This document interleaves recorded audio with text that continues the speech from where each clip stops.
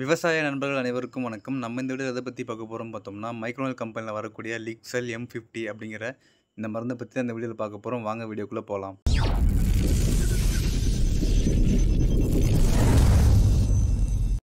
லிக்செல் M50 இது வந்து பார்த்தோம்னா ஒரு சல்ஃபர் பேஸ்டு பிளான்ட் ஃபுட்டுங்க. அதாவது வந்து பார்த்தோம்னா இதில் வந்து பார்த்திங்கன்னா சல்ஃபர் வந்து லிக்விட் ஃபார்மில் வந்து இருக்குங்க. இதில் சல்ஃபர் மட்டும் இல்லாமல் பார்த்தோம்னா பயிருக்கு வந்து அத்தியாவசியமாக தேவைப்படுற நைட்ரஜனும் வந்து இந்த லிக்செல் ப்ராடக்ட்டில் கலந்துருக்குங்க. அதாவது பார்த்திங்கன்னா நைட்ரஜனும் இருக்குது, சல்ஃபர் வந்து இது ரெண்டுமே வந்து கலந்து வந்து இந்த லிக்செல் ப்ராடக்ட்டில் நமக்கு கிடைக்குதுங்க. அடுத்து இந்த லிக்செல் ப்ராடக்ட்டை எந்தெந்த கிராப்புக்கு யூஸ் பண்ணலாம் அப்படின்னு பார்க்கும்போது பார்த்தோம்னா நம்ம ஆல் கிராப்புக்கு வந்து யூஸ் பண்ணிக்கலாங்க.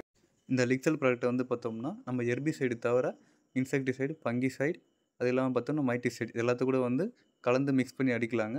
நல்லாவே இருக்குங்க. இது வந்து டோஸ் வந்து பார்க்கும்போது பார்த்தோம்னா 10 லிட்டர் டேங்க்கில் வந்து பார்த்தோம்னா ஒரு டேங்க்குக்கு 25லேருந்து 30 ml வந்து நம்ம யூஸ் பண்ணலாங்க.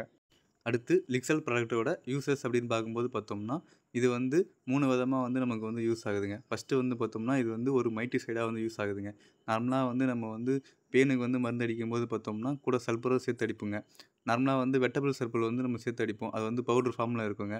அது வந்து பார்த்தோம்னா சரியாக வந்து கரையாதுங்க. அது வந்து ஸ்ப்ரே பண்ணும்போது பார்த்தோம்னா நமக்கு அந்த அளவுக்கு வந்து நல்லா எஃபெக்ட் இருக்காதுங்க. இதே வந்து பார்த்தோம்னா லிக்செல் ப்ராடக்ட் வந்து ஸ்ப்ரே பண்ணும்போது பார்த்தோம்னா லிக்விட் ஃபார்மில் இருக்கிறதால பார்த்தோம்னா அந்த ஸ்ப்ரே மிஷின்லேயே வந்து தேங்குறது இல்லை கரையாமல் போகிறது அந்த மாதிரி எந்த பிரச்சனையும் இல்லாமல் ரிசல்ட் வந்து ரொம்ப நல்லாவே இருக்குங்க. ரெண்டாவது வந்து பார்த்தோம்னா இது ஒரு ஃபங்கிசைடாக வந்து நமக்கு யூஸ் ஆகுதுங்க. பயிரில் வரக்கூடிய நியூட்ரியன் டிஃபிஷியன்சியான சல்ஃபர் டிஃபிஷியன்சி வந்து இதை ஸ்ப்ரே பண்ணும்போது ரொம்ப நல்லாவே கண்ட்ரோல் ஆகுதுங்க. அது மட்டும் இல்லாமல் பயிருக்கு வந்து நோய் எதிர்ப்பு சக்தியை வந்து இந்த லிக்செல் ப்ராடக்ட் வந்து கொடுக்குதுங்க.